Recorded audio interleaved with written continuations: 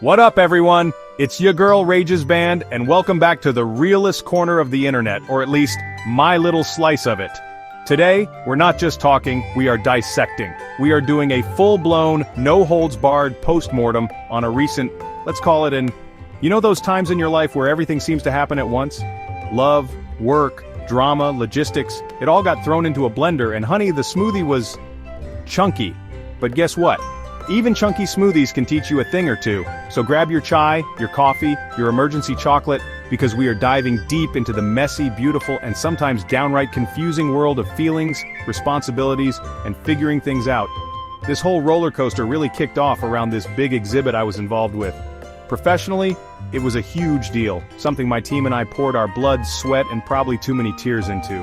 But because life loves to throw curveballs when you're already juggling, a whole lot of personal stuff decided to erupt right alongside it. We're talking heart stuff, team stuff, self-worth stuff, the whole emotional buffet. And let me tell you, trying to manage a massive project while your insides feel like a soap opera produced by a tornado, not ideal. But it forced me to learn, to adapt, and to really look at how I handle things when the pressure is on. So why a post-mortem? Because fam, there are gold nuggets of wisdom in the wreckage, and I'm here to share mine with you. We're going to talk about red flags, self-respect, team loyalty, and why sometimes the biggest lessons come from the things that don't go exactly as planned. This isn't just my story. It's a collection of aha moments that I genuinely think can help anyone navigating the chaos of adulting.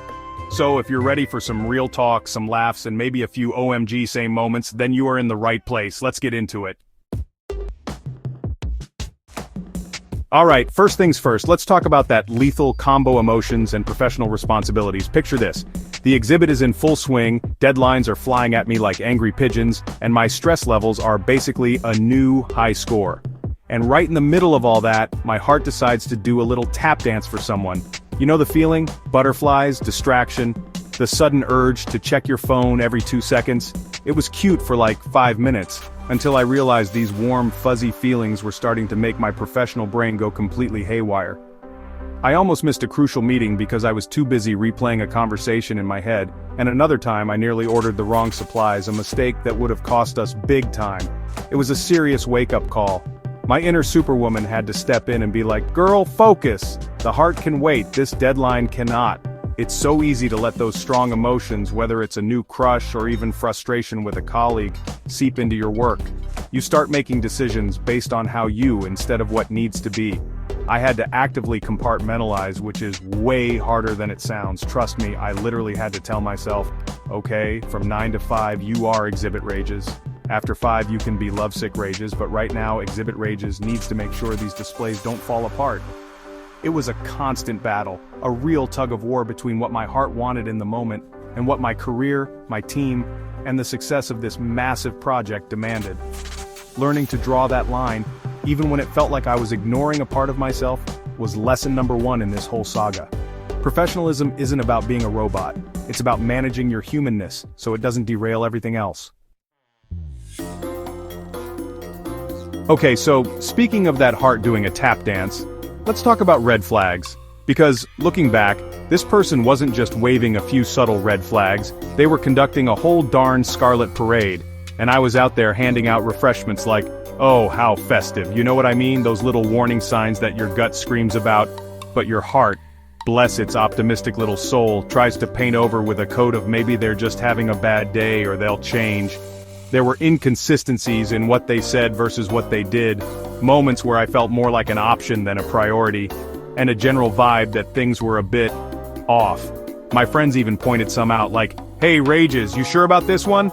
And I'd be like, "Nah, it's cool, I got this." Spoiler, I did not got this. Ignoring those early warnings is like willingly walking into a room that has "danger emotional roller coaster ahead" written on the door in flashing neon letters. It's probably not gonna end well, but you do it anyway. And the cost?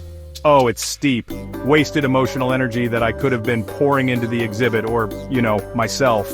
Sleepless nights spent overthinking, that slow erosion of self-esteem when you keep making excuses for someone else's questionable behavior. It's so crucial to listen to those initial gut feelings, those little pings of, that's not right. They're usually your intuition's way of trying to save you a whole lot of heartache and drama down the line. Trust me, Your future self will thank you for not romanticizing what is clearly a 5-alarm fire. Now let's shift gears a bit and talk about support, specifically for the exhibit.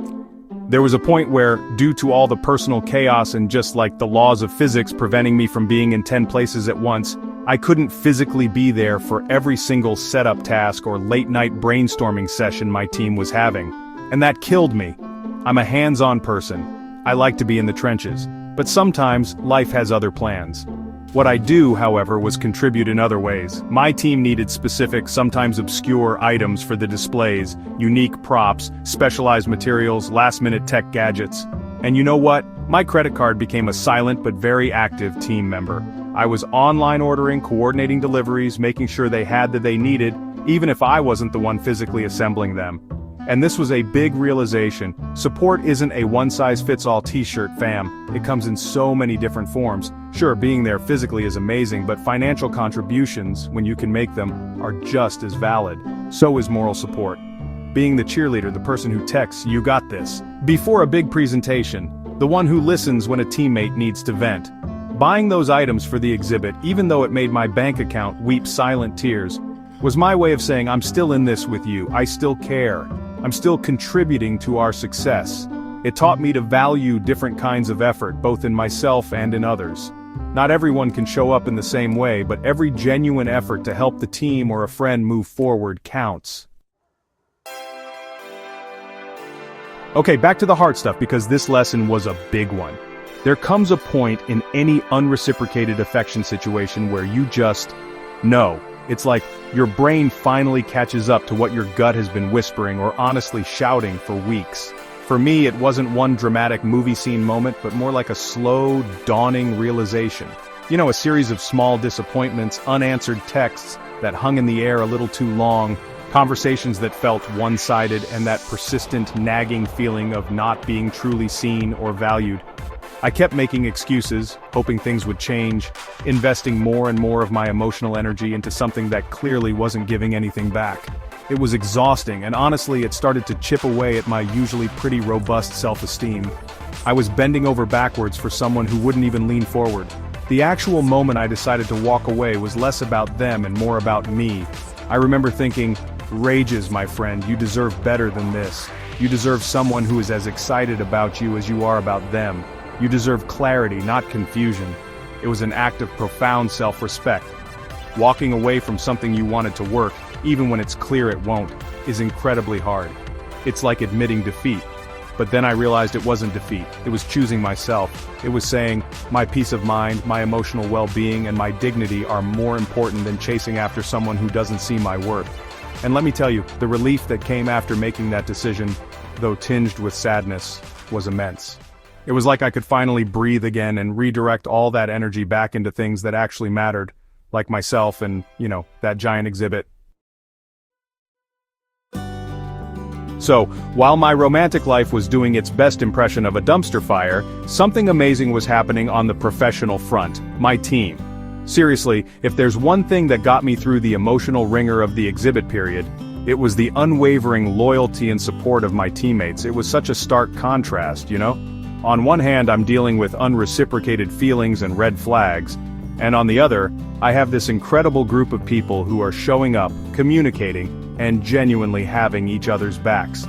They were my professional ride or dies, and honestly, they felt more like family during those intense weeks. When I was stressed about a personal issue, they'd cover a task for me without me even asking. When someone made a mistake, we'd rally to fix it, no blame, just solutions. This experience really hammered home how much loyalty in a team matters. Just as much, if not more sometimes, than loyalty in love. Romantic relationships can be fickle, especially new ones. But a solid, loyal team? That's gold. They provide a sense of stability and shared purpose when other parts of your life feel chaotic. They remind you that you're capable, that you're valued for your skills and contributions, and that you're not alone in facing challenges. Knowing I had their backs, and they had mine, made all the difference. It allowed me to compartmentalize the personal drama more effectively because I knew the professional front was secure and supported. It was a powerful reminder that strong, healthy relationships, in all their forms, are what truly get you through the tough stuff. Oh, the temptation to make rash emotional decisions. It's like a siren song, especially when you're feeling vulnerable or unsure. I almost fell into this trap, big time.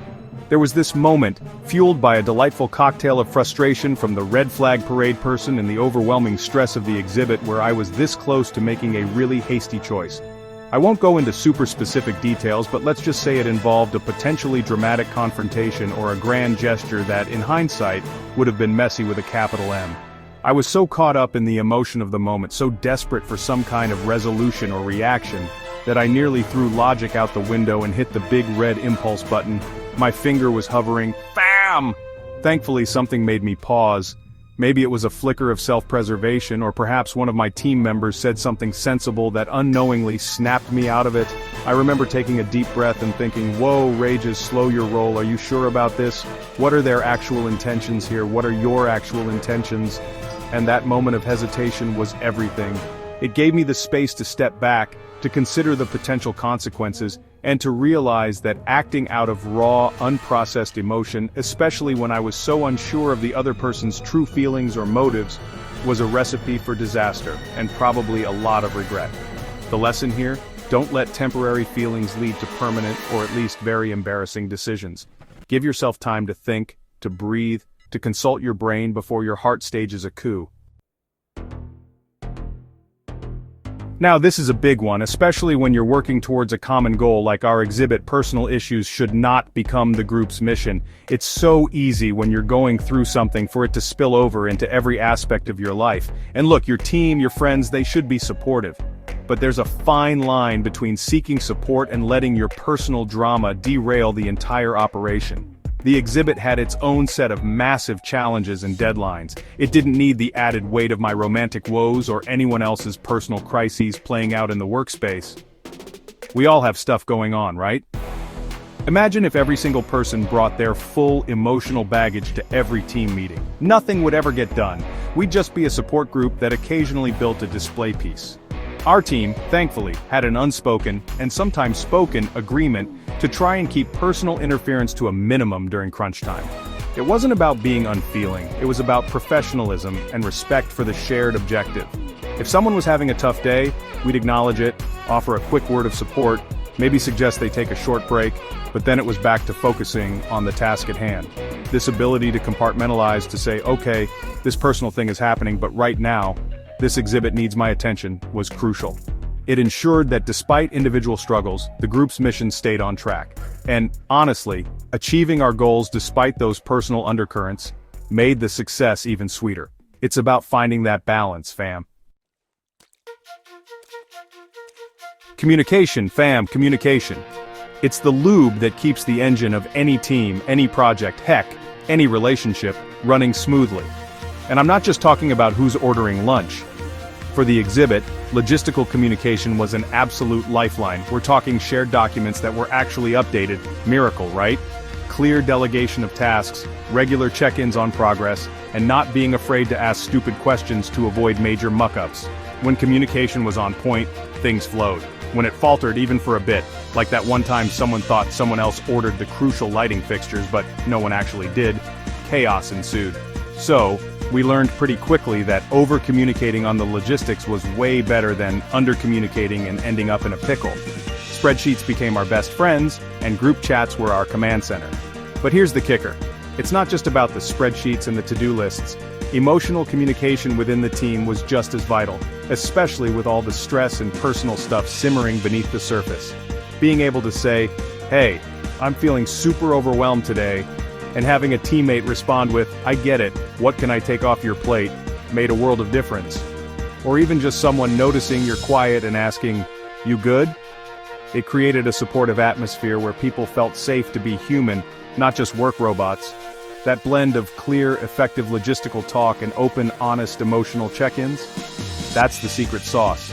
A real team member knows how to talk about deadlines and feelings, because both impact the journey and the outcome. Let's talk about acceptance, because this is a tough one. You pour your heart, your time, your energy, maybe even your money, exhibit supplies and hopeful date outfits, into something or someone, and you have this beautiful vision of how it's all going to turn out, and then it doesn't. The project hits an unexpected snag. The relationship fizzles before it even starts. The investment doesn't yield the return you dreamed of. It's so easy to get stuck in that place of disappointment, frustration, or even anger. But I did everything right. You might scream into your unicorn pillow. Just me? Okay. I definitely had moments with both the personal situation and even some aspects of the exhibit where I felt that sting of things not going according to my meticulously crafted plan. But here's the thing, acceptance is a huge part of growth. It's about acknowledging the reality of the situation, even if it's not the reality you wanted.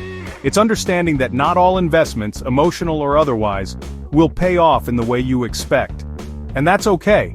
It doesn't mean you failed, it means you learned. For me, accepting that the romantic thing wasn't going to happen freed up so much mental space. Accepting that a certain part of the exhibit wasn't as perfect as I'd envisioned allowed us to find creative solutions and move forward.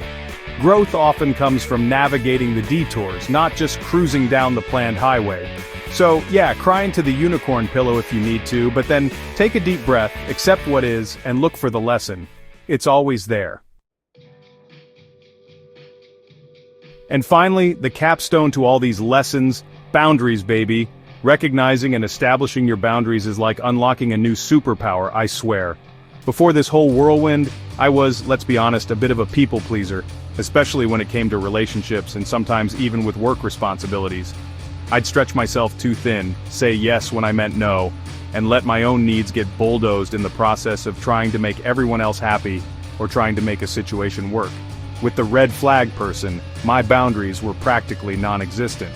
I'd accommodate their schedule, overlook things that bothered me, and generally put their perceived needs way ahead of my own. And with the exhibit, there were times I took on way too much because I didn't want to say no or delegate. The result? Burnout, resentment, and feeling generally walked over.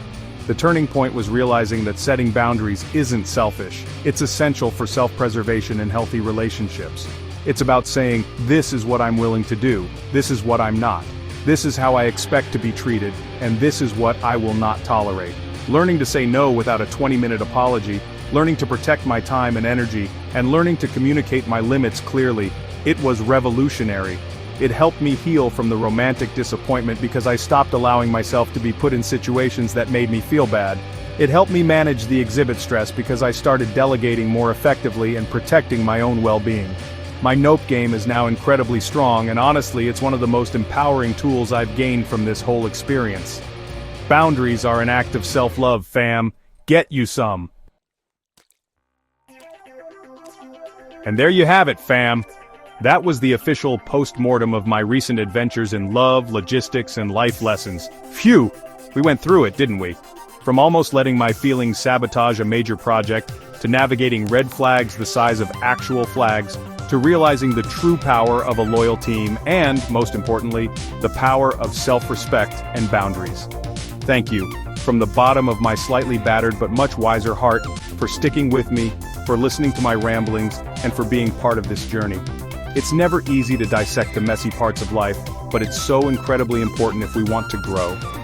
The biggest takeaway from all of this, if I had to boil it down, is that every experience, good or bad, chunky smoothie, or perfectly blended, holds a lesson. It's about being open enough to see it, brave enough to face it, and kind enough to yourself to learn from it without judgment.